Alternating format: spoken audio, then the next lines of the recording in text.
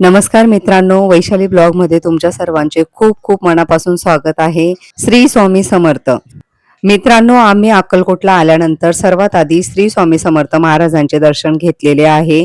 तुम्ही श्री स्वामी समर्थ महाराजांचा तो व्हिडिओ बघितलाच असेल आणि जर तुम्ही तो व्हिडिओ पाहिला नसेल तर माझ्या चॅनलवर जाऊन श्री स्वामी समर्थ महाराजांचा तो व्हिडिओ बघा आणि व्हिडिओ आवडल्यास माझ्या चॅनलला लाईक, शेअर, सबस्क्राइब नक्की करा। आता आम्ही आलो आहोत श्री स्वामी समर्थ महाराजांच्या समाधी मठामध्ये। अक्कलकोट हे श्री स्वामी समर्थ महाराजांच्या वास्तव्यामुळे पावन झालेली भूमी मानली जाते।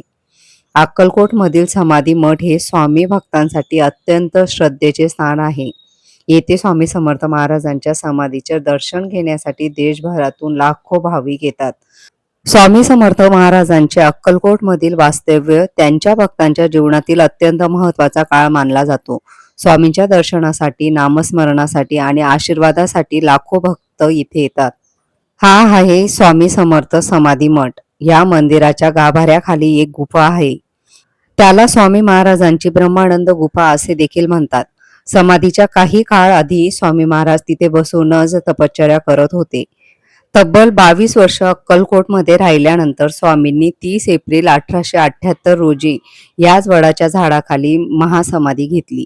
स्वामींच्या इच्छेनुसार याच ठिकाणी स्वामींची मुख्य समाधी बांधण्यात आली। समाधी घेण्यापूर्वी स्वामींनी भक्तांना भिवू नकोस, मी तुझ्या पाठीशी आहे हा अमर संदेश दिला। मठाच्या गाभाऱ्यात स्वामींची देखणी मूर्ती असून तिच्या समोर स्वामींची मूळ पावन पादुका आणि समाधी स्थान आहे।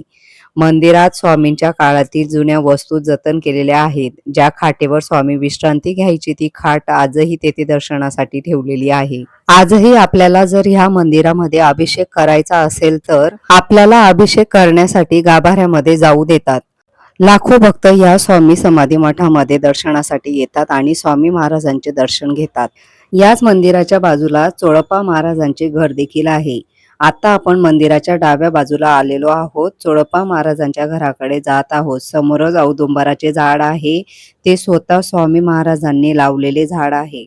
हा आहे चोळप्पा महाराजांचा वाडा। चोळप्पा महाराज हे स्वामी समर्थांचे परमभक्त होते। श्री स्वामी समर्थांचे परमभक्त चोळप्पा महाराज यांचे हे निवासस्थान आहे।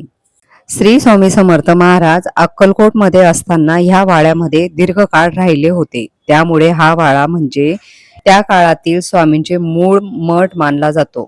या वाड्यात स्वामी महाराजांचे शेजघर आहे, तेथे त्यांच्या वापरातील ऐतिहासिक वस्तू जतन करून ठेवल्या आहेत। वाड्याच्या आतमध्ये तुळशी वृंदावन, मंदार, गणेश आणि एकमुखी दत्ताची मूर्ती दर्शनासाठी आहे। या ठिकाणी ध्यान करण्यासाठी स्वतंत्र आणि शांत जागा उपलब्ध आहे। या वाड्याच्या परिसरात एक विहीर आहे, जिला कुशावर्ती विहीर असे म्हणून ओळखले जाते। त्या विहिरीचं पाणी कधीही आटत नाही। या ठिकाणी आपल्याला कुशावर्ती विहिरीची सविस्तर माहिती एका बोर्डावर लिहिलेली आहे, ती आपण इथे आल्यावर वाचू शकतात। चोळप्पा महाराजांचा वाडा खूप छान आहे। चोळप्पा महाराजांनी श्री स्वामी समर्थ महाराजांची खूप भक्तिभावाने सेवा केली होती। मित्रांनो, तुम्ही जर श्री स्वामी समर्थ महाराजांचे दर्शन घ्यायला अक्कलकोटला येणार असाल तर ह्या श्री स्वामी समर्थ महाराजांच्या समाधीचे दर्शन घ्यायला आणि चोळप्पा महाराजांच्या घराचे दर्शन घ्यायला एकदा नक्की या। पुन्हा भेटूया अशाच एक भक्तिमय व्हिडिओमध्ये। तोपर्यंत श्री स्वामी समर्थ।